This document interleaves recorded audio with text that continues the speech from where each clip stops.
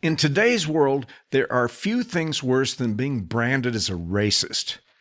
It's a conversation stopper, and there's no defense against it. Pablo, Pablo, Pablo el molinero.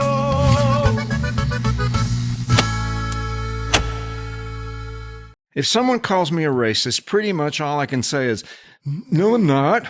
How am I supposed to prove it? I just find the racial accusations to be largely unhelpful in arriving at societal solutions that we all need. Beyond that, I do believe that the prevalence of racism, true hatred in the United States, is greatly overstated. One can find any variety of statistics to support whatever claim one is looking for, but actual membership in white supremacist and neo-Nazi groups number in the thousands, not tens of thousands, and certainly not in millions. Nick Fuentes is probably the most notorious white supremacist influencer on social media. He has 1.5 million followers on X and more than 600,000 on Rumble. Those are big numbers, but they still represent less than 0.5% of the population. And just because he has that many followers doesn't mean they all buy into his philosophy. On a daily basis, he has about 5,000 to 10,000 listeners. In contrast, Joe Rogan averages 11 million listeners per episode. There are those, and I include myself in that number, who see efforts by some civil rights organizations, including the Southern Poverty Law Center, as counterproductive to the improvement of race relations in the United States. I've already pointed out that none of my arguments are bulletproof. Obviously, I don't have the lived experience that others do, but since I can't do anything about that, I don't see how that detail is particularly useful.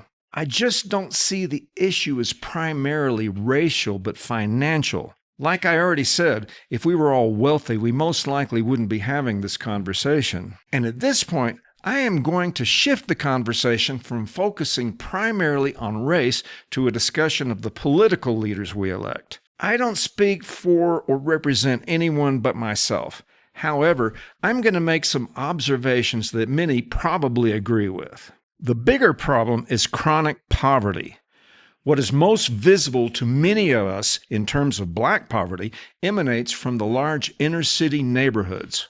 For many black youths in those situations, well, it looks like they literally don't have a chance to escape from their circumstances. Why not? Is there no solution? That's an admittedly bleak assessment, but we should never give up. I think almost everyone can agree that if we had to choose only one thing to give hope to inner-city children, it would be better education. Now we're going to get political. Governments in those cities have failed their citizens on so many levels, and they are all led by Democrats. Let me give you an example. Baltimore is consistently in the top tier in terms of spending per student in the United States.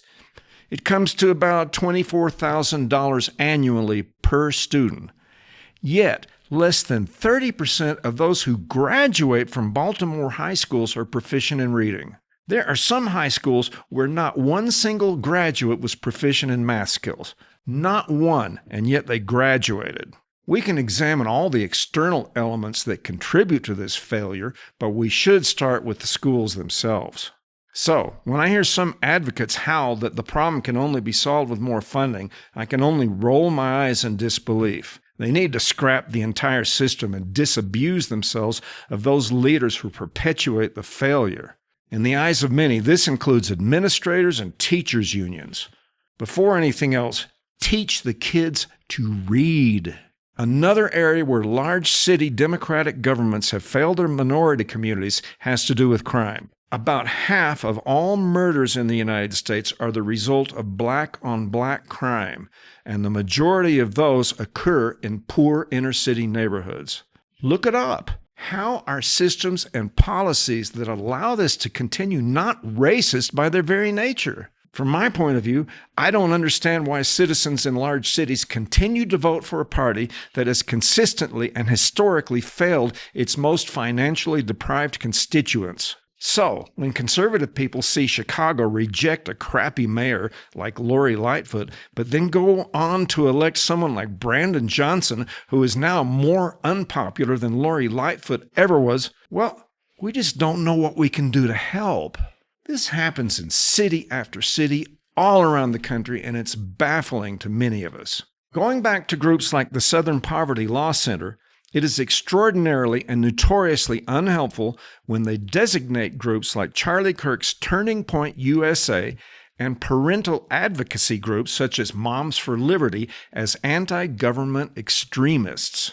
It's fair to disagree with those groups' points of view, but lumping them in with bona fide hate organizations such as the KKK and neo-Nazis goes far beyond unreasonable.